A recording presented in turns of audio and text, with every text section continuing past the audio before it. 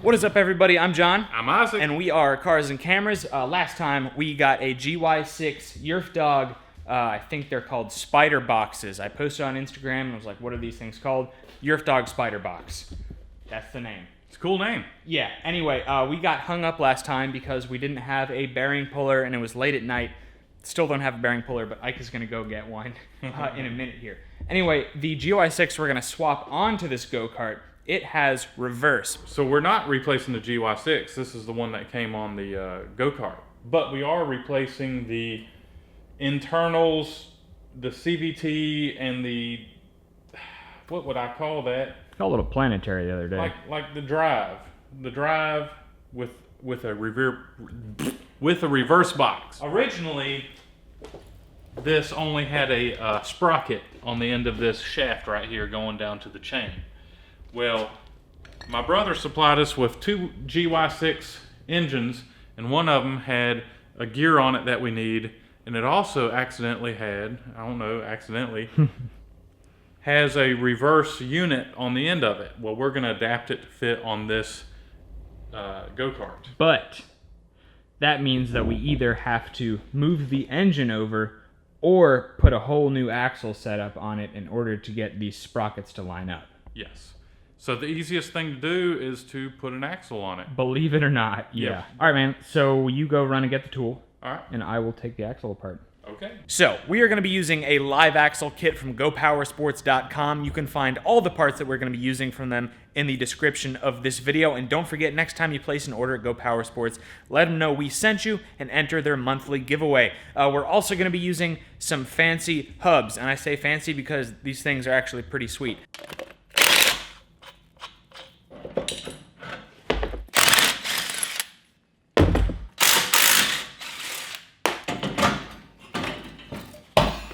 Ike is back, he got our tools, and I was thinking we would just weld the bracket that comes in the live axle kit on here just kind of like this, but Ike was like, hey man, see if the bearing fits on the original hanger, and I think it does, dude. Sweet. To be honest, let me just try putting some bolts in it. Kit comes with new hardware, but I think we can save it. Might as well reuse the old stuff if it's still good. Yeah. If we moved it, then we have to move the brake caliper. Yeah, and everything. Yeah. Yeah. 1, 2. Oh, wow. Look at that. Sweet. So yeah, we can leave the brake caliper in the same place. Yep. That's gonna save a whole bunch of time. Yep. Okay. Cool beans, dude. So we figured out what we're gonna do for the brakes. We have this wheel/brake hub from Go Power Sports also, and it actually bolts right up to the factory brake rotor. And we can't use the original brake rotor hub because the axle is larger. It's something weird and metric, and we're converting it to 1 inch. Yeah. So now we have something that works. So let's get this thing together. So you have a lock collar on the other side of that bearing. Yep. And then the brake. So we're there. Now we need to do the Sprocket. sprocket, and it's just going to be real quickly temporary until we weld it. Yes. We don't know if the sprocket's going to fit because it was a 32, either 31 or 32 tooth sprocket before. Now it's 36. Now it's going to be 36 because that's all they had at the store. So it's going to be close. Yeah, it's going to be close. Oh, dude. Oh, yes. That's plenty. Wait, but we're not. Oh, we're not. To the other side. Yep. But something tells me It's looking good. Yeah. We're good. Yeah, so we can take it off and weld it? Take it off and weld it.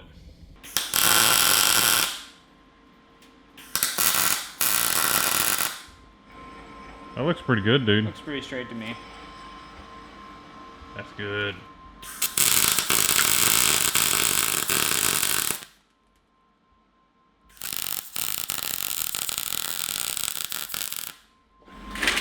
It's very, yeah, it's not going anywhere. No, I hope All not. right. Let's get her on. All right, now we're gonna get a tape measure and try to center it up. This is about 10 inches. 10 inches. This is gonna be about 9, 8.5, 8.5. A little more.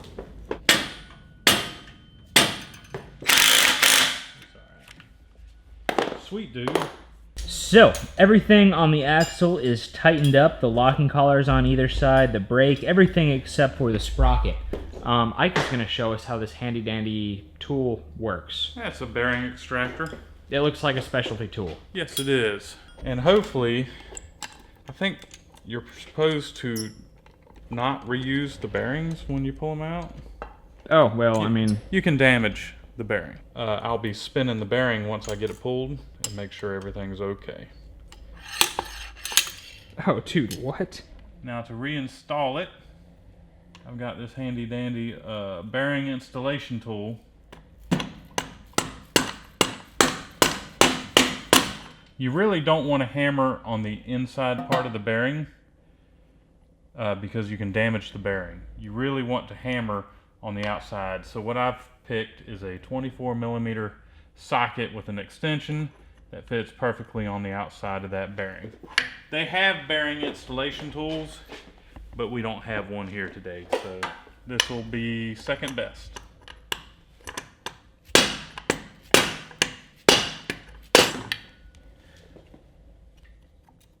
Good. I think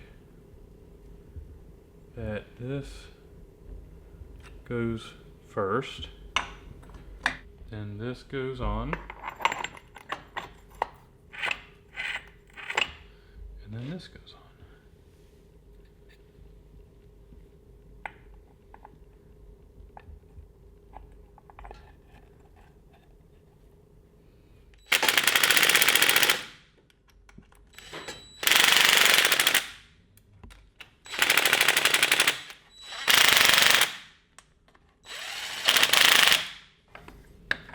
Please fit. Yes.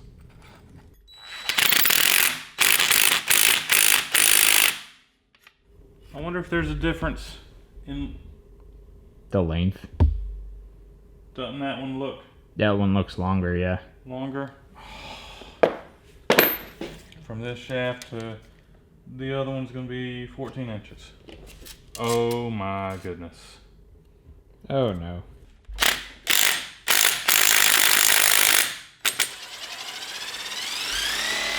That's a heck of a gear reduction, dude. That is a heck of a gear reduction. All right, so we just got off the phone with Tim from Go Power Sports, and he seems to know the ins and the outs of these engines very well.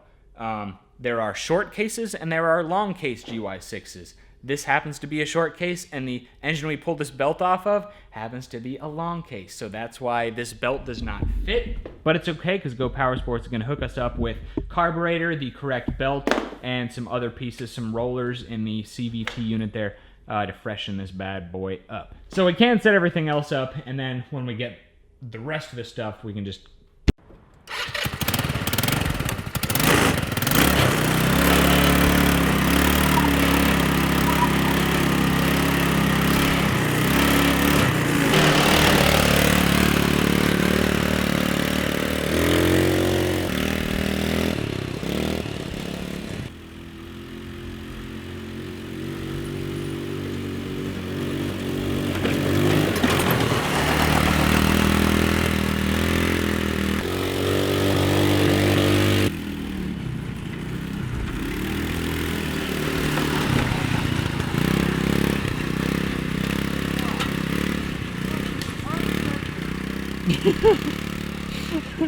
I hear him. Oh, dude, he's gonna flip it.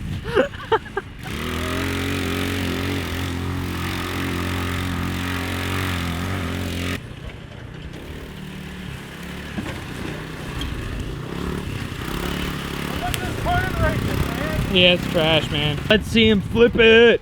Huh? Woo! What? Flip it. Nothing. No. I would never.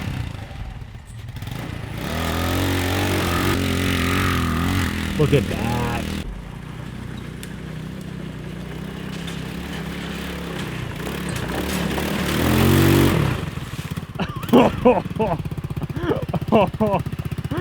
It's that tree's fault. Yep, it's the tree. Blame it all on the tree, man.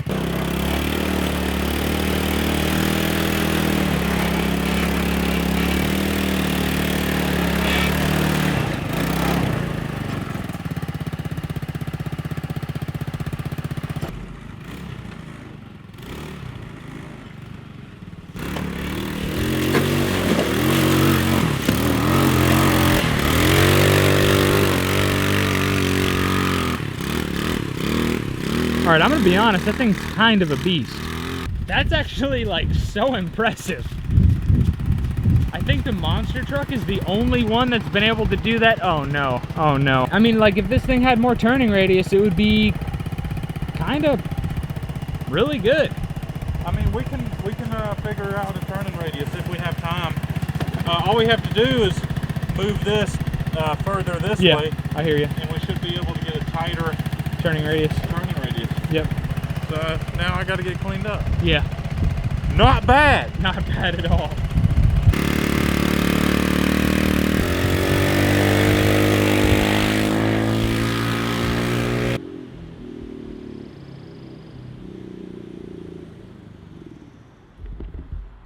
What's going on? Did you blow it up? Yep. Uh-oh. We have gas. Oh, look. Oh, dude, that'll do it. Yep. The lost ignition. Unplugged. Yep. Too much horsepower. Well, that's one more thing we have to duct tape before we leave. And wait, brakes. I don't know what happened to the brakes. They were working down there. I probably tore something.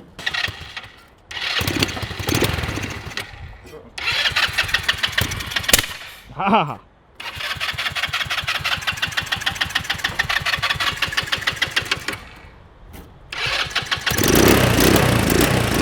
Wait.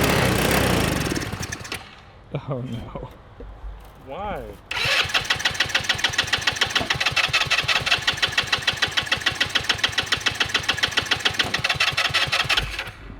I just had to recrimp that little wire going into the coil. Hit it, dude. Sweet. See you at the house. See you at the shop. Alright man, so the Yerf Dog Spiderbox is not particularly fast.